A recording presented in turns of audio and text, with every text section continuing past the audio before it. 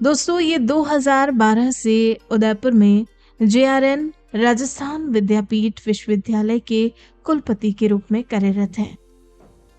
इन्होंने करियर की शुरुआत एक स्कूल में शिक्षक के रूप में की और आज इनके पास शिक्षा के क्षेत्र में 35 सालों का अनुभव है। आपको बता दें, बचपन से ही देशभक्ति और राष्ट्रवाद की भावना रखने वाले शिव सिंह सारंग देवोत आर्मी ज्वाइन करना चाहते थे, लेकिन किस्मत को शायद कुछ और ही मंजूर था। आर्मी की बजाय इन्होंने एजुकेशन डिपार्टमेंट ज्वाइन कर लिया। जिंदगी में बिना कोई शॉर्टकट लिए अपनी मेहनत के दम पर आगे बढ़े और शिक्षा के क्षेत्र में बेहतरीन सेवाएं दी। इनके द्वारा किए गए कार्यों के चलते इन्हें भारत के रक्षा मंत्रालय ने कर्नल की उपाधि से सम्मानित किया।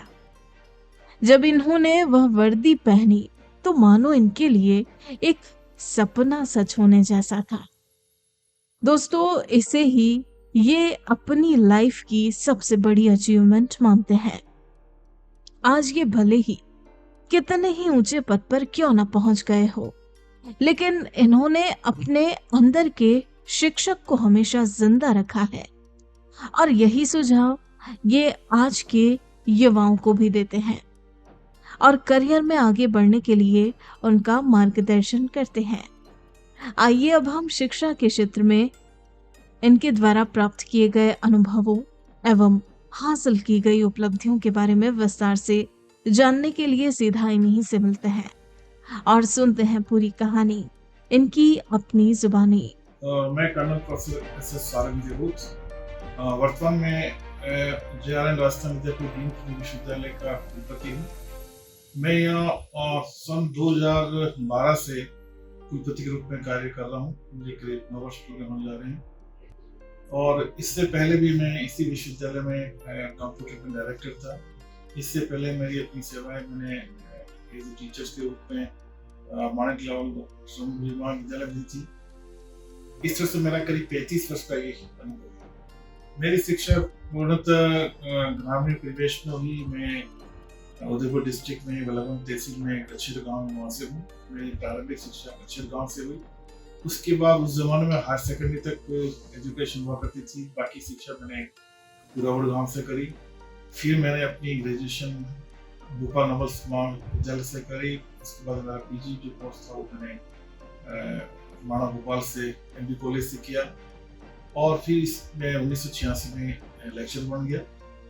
लेकिन उसके बाद मेरा एक टर्निंग पॉइंट और आता है एजुकेशन में, क्योंकि मेरा शुरू से ही पढ़ने के प्रति थोड़ी रुचि थी और मैं हर क्षेत्र में कोई कुछ विषय पढ़ना चाहता था। लेकिन हमारे समय का एक बड़ा दुर्भाग्य रहा है कि हम चाहते हुए भी जो आज चॉइस बेस्ड क्रेडिट सिस्टम की बात करते हैं या मल्टी डिसिप्लिनरी की बात करते हैं, चाहे जो विषय ले सकते हैं, और स्पेशली जो न्यू एजुकेशन पॉलिसी 2020 में है एक बहुत बड़ा स्कोप दिया है कि जो विद्यार्थी जो चाहे जो विषय पढ़ सकता है। उस समय ये छूट न हुआ करती थी। तो रिसेंटली 2000 के आसपास कंप्यूटर का बहुत बड़ा एक बोलबाला था। तो मैंने 2000 ऑनवर्ड से जब मैं कंप्यूटर डिपार्टमेंट डायरेक्टर बना, वहाँ से फिर मैंने पूरी अपनी जो शिक्षा दीक्षा कंप्यूटर में एक नए सिरे से प्रारंभ करी। मैंने एमसीए किया, एमटेक किया, मैंने पीएचडी कंप्यूटर साइंस में नॉर्थ गुजरात यूनिवर्सिटी पाटन से करी और एक तरह से मेरा पूरा नया जो रिक्रूटमेंट वापस एज ए प्रोफेसर हुआ वो सिलेक्टेड प्रोफेसर में कंप्यूटर साइंस में बना। जहाँ तक हम प्रशासनिक कार्य पद्धति की बात करते हैं तो हर जगह प्रशासन का एक अलग अलग क्षेत्र होते हैं। यदि एजुकेशन में एडमिनिस्ट्रेशन की बात करते हैं, यहाँ के अलग माहौल होता है। यहाँ हमारा विद्यार्थियों से 1-to-1 होना होता है।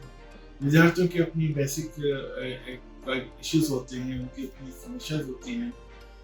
मेरे ख्याल से मुझे जीवन में अभी तक मेरा अनुभव रहा है, मैं कोई अतिशयोक्ति नहीं कह रहा हूँ, लेकिन मुझे मेरा कोई ऐसा बहुत ही कोई एडवर्स कोई ऐसी बात हो कि जो मेरे कोई चुभती हो, ऐसा कभी कोई ऐसा वाक्य नहीं हुआ। मैं बहुत ही फ्रेंडली विद्यार्थियों से बातचीत करता हूँ और यहाँ तक ईश्वर की कृपा माने कि वो क्या चाहते हैं उससे पहले उनकी प्रॉब्लम सॉल्व कर लेता हूँ। तो मुझे सभी लोग बहुत अच्छा चाहते भी हैं, विद्यार्थी भी चाहते हैं और जो इसके लिए सबसे बड़ी बात है कि एक टीचर को, चाहे हम पदों पे रहे हैं, चाहे वो कुलपति के रूप में रहे हैं या कि हम रजिस्ट्रार के रूप में किसी पद पर रहे हैं, डीन डायरेक्टर्स, लेकिन हमें एक शिक्षक के रूप में पहले अपना जो शिक्षक है वो जीवित रहना चाहिए। और मैंने शिक्षक और उसके साथ ही हम, क्योंकि आए दिन हम सब यंगस्टर के साथ रहते हैं, तो अपने आप को बहुत ही यंग मानते हैं। तो मैं ये समझ सकता हूँ कि एक मैं अपने समय की बात ताज़ा करता हूँ, हमारी क्या प्रॉब्लम्स हुआ करती थी। यदि हम थोड़ा पीछे जाके देखें तो हमें बहुत सी जो इश्यूज हैं, कुछ प्रॉब्लम्स हैं, उसका सलूशन मिल जाता है ना, उसको सॉल्व कर पाते हैं। गत वर्ष मार्च से जब ये 21-23 मार्च से जो लॉकडाउन शुरू हुआ, उसके बाद हमें लगा, वैसे आप सभी जानते हैं कि इससे पहले हम बहुत ही इसको फौरन रूप में ले रहे थे, लेकिन उस समय लगा कि कोई ऐसी महामारी है जो बहुत ही हमारा जो मानवता है, मानव जीवन पर संकट में है, और हमें हमारे जो प्राइम मिनिस्टर और हमारे जो भी डायरेक्शंस हैं सरकार और केंद्र सरकार को मानना चाहिए। तो हमने घर में बैठ के 15 दिन निकाले, फिर हमने नेक्स्ट 2 सप्ताह और बढ़ गया। लेकिन उसके बाद 1 महीने बाद अप्रैल से हमारे विश्वविद्यालय को एक लिमिटेड स्टाफ के साथ 4-5 लोगों के साथ अलाउड किया था। तो मैं सिर्फ 1 महीना लॉकडाउन में रहा था, उसके बाद मैं निरंतर विश्वविद्यालय आता था, और धीरे धीरे जो चीजें हुई कि लोगों को राशन बांटना और सभी जो बेसिक सुविधाएं हैं वो मुहैया कराना, वो हम सब ने करी थी।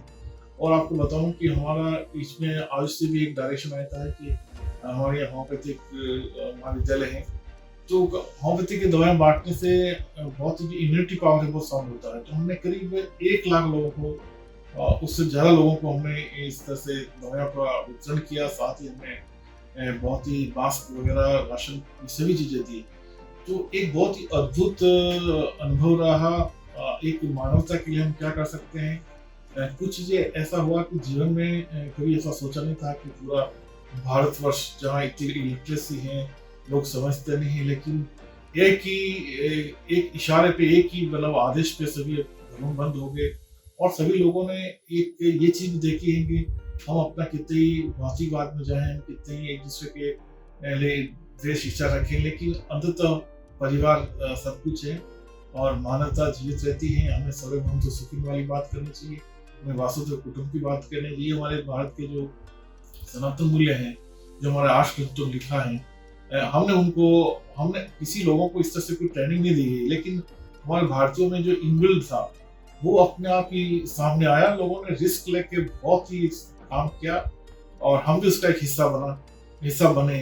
ये बड़ी एक अच्छा गौरव की बात होती है। मैं यूथ को ये संदेश देना चाहूँगा कि आज हर क्षेत्र बहुत ही ओपन है, हम डेमोक्रेसी में जी रहे हैं, किसी को कोई प्रिविलेज नहीं है। हालांकि हमारे रिजर्वेशन है, वो एक अलग इशू है, वो वीकर सेक्शन के लिए होना चाहिए, वो अलग बात है। लेकिन अदरवाइज अगर यूथ को एक वन वर्ड जीवन की सफलता का कोई शॉर्टकट नहीं होता है। आपको हमेशा सतत जो एक कंसिस्टेंसी के साथ अपना जो टास्क लेके आप जिन उद्देश्यों के लिए आप निकले हैं, उस उद्देश्य को ध्यान में रखते हुए बहुत ही सतत प्रयास करना चाहिए, और जीवन को एक उद्देश्य के साथ लेके एक निश्चित टारगेट और जो टाइम मैनेजमेंट है वो आपको सामने होना चाहिए। लेकिन उससे सबसे पहला है कि हम ऐसी शिक्षा दें कि वो मनुष्य बने, और जिसमें मनुष्यत्व की जो गुण आ जाता है, उसके बाद मेरे ख्याल से वो उसको किसी की दूसरी शिक्षा की जरूरत नहीं है। वो सोचते अपना टारगेट फिक्स करेगा, सोचती सफलता के जो मायने हैं वो समझ के आगे बढ़ेगा। मेरा इसमें थोड़ा सा मैं डिफर करता हूँ। यदि कोई व्यक्ति इस पॉइंट पर आ जाता है कि मेरे अचीवमेंट मैंने ये कर दिया, तो शायद उसकी वो सब उसका कहीं की प्रोग्रेस रुक सकती है। तो काम में जो अच्छा काम करते हैं उसमें बड़ा अच्छा लगता है, लेकिन मैं जीवन में अभी तक जो मुझे करना चाहिए, मैं अभी तक सेटिस्फाइड नहीं। मेरा ये सब काम हो गया। मैं अपने इस एजुकेशन की बात करता हूँ। सबसे अच्छा जो गौरव की बात यह है कि जिस समय मैंने इस विश्वविद्यालय का एज ए कुलपति के रूप में कार्यभार संभाला था, ये विश्वविद्यालय बहुत ही बिखरा हुआ था, बहुत ही आर्थिक संकट के साथ साथ हमारा पूरा एक लीगल और बहुत ऐसी प्रॉब्लम्स थी, इवन कि हमारे टंडन कमेटी ने इस विश्वविद्यालय को बंद करने के लिए भी कह दिया था। और ऐसे में एक बहुत बड़ी चुनौती थी कि हमारे मनीषी पंडित जनार्दन नागर साहब ने जो इस संस्था को 1937 में स्थापित किया था, आज़ादी से 10 साल पहले, और उनका बड़े सपने थे और वो एक वीकर सेक्शन और मार्जिनल पीपल के लिए बहुत कुछ करना चाह रहे थे। जो आज़ादी के 10 साल पहले जो संस्था शुरू किया, अगर वो संस्था बंद होने के कगार पे आ जाए तो एक बहुत बड़ा दुखद विषय था। मैं बड़ा एक तरह से मन में बहुत से ऐसे मतलब बहुत से प्रश्न उठते थे कि इसको किस तरह से सॉर्ट आउट करेंगे, लेकिन हमारे यहाँ कार्यकर्ता मुझे पूरा समर्थन मिला, पूरा सहयोग मिला और हम जो एक हमारे यूजीसी और यूनिवर्सिटी के जो रूल्स रेगुलेशन है उनको ध्यान में रखते हुए हम आगे बढ़े और इस विश्वविद्यालय को न केवल हमने बचाया बल्कि हमने टॉप ए लेवल प्राप्त करी और उसके साथ ही हम जो हमारी जो यूनी रैंकिंग में हमने विश्व की जो 16% टॉप विश्वविद्यालय में आज उसमें हम शुमार हैं। यदि राजस्थान की बात करें तो हम जो 70 विश्वविद्यालय हैं उनमें 70 का जो टारगेट है उसमें हमारा 7वां स्थान है, उज्जैन में प्रथम है। भारत के 1000 विश्वविद्यालय से हमारा 142वां स्थान है। तो ये चीजें ऐसी हैं कि आंकड़ों का कोई वो नहीं होता, लेकिन आंकड़े बहुत कुछ बताते हैं और हमें आगे के लिए प्रेरित भी करते हैं। साथ ही मेरा जीवन में बहुत है कि मैं बचपन में फौज में जाना चाहता था और जब मैं कहीं नहीं गया तो मुझे बड़ा निराश था। मुझे लग रहा था कि मुझे एक ऐसी वर्दी पहनी जिससे कि मुझे राष्ट्रवाद का बहुत बड़ी भावना, लेकिन मैं मेरा बेस्ट एज ए कुलपति रूप में कुछ मैं परफॉर्म कर पाया। उस आधार पे डिफेंस मिनिस्ट्री ने मुझे कर्नल की उपाधि से नवाजा गया और जिस तरह की सेरेमनी हुई उसमें मुझे पूरी वर्दी के साथ में वो मेरा अद्भुत क्षण था। मेरे इस वीडियो को देखने में सभी का आभार व्यक्त करता हूँ और साथ ही मैं वर्क ऐप का भी बहुत ही आभार व्यक्त करता हूँ और सभी लोग इसको देखें। Thank you. दोस्तों, आज हमने जाना जेआरएन राजस्थान विद्यापीठ विश्वविद्यालय के कुलपति शिव सिंह सारंग देवोत के अनुभवों के बारे में। ऐसी ही प्रेरक कहानियां रोजाना सुनने के लिए हमारा चैनल सब्सक्राइब करें, बेल आइकन जरूर दबाएं और कहानी को लाइक, कमेंट और शेयर करना ना भूलें। अब आप भी बन जाइए भारत की प्रोफेशनल कम्युनिटी की आवाज और सुनाओ अपनी कहानी, बनाओ अपनी पहचान की इस मुहिम से जुड़कर अपने जीवन के अनुभवों, करियर यात्रा, उत्पादों एवं सेवाओं के पीछे की वास्तविक कहानी से देशवासियों को प्रेरित करें और अपनी एक नई पहचान बनाएं। Tell your story, inspire and build your brand with the power of video. जय हिंद, जय भारत।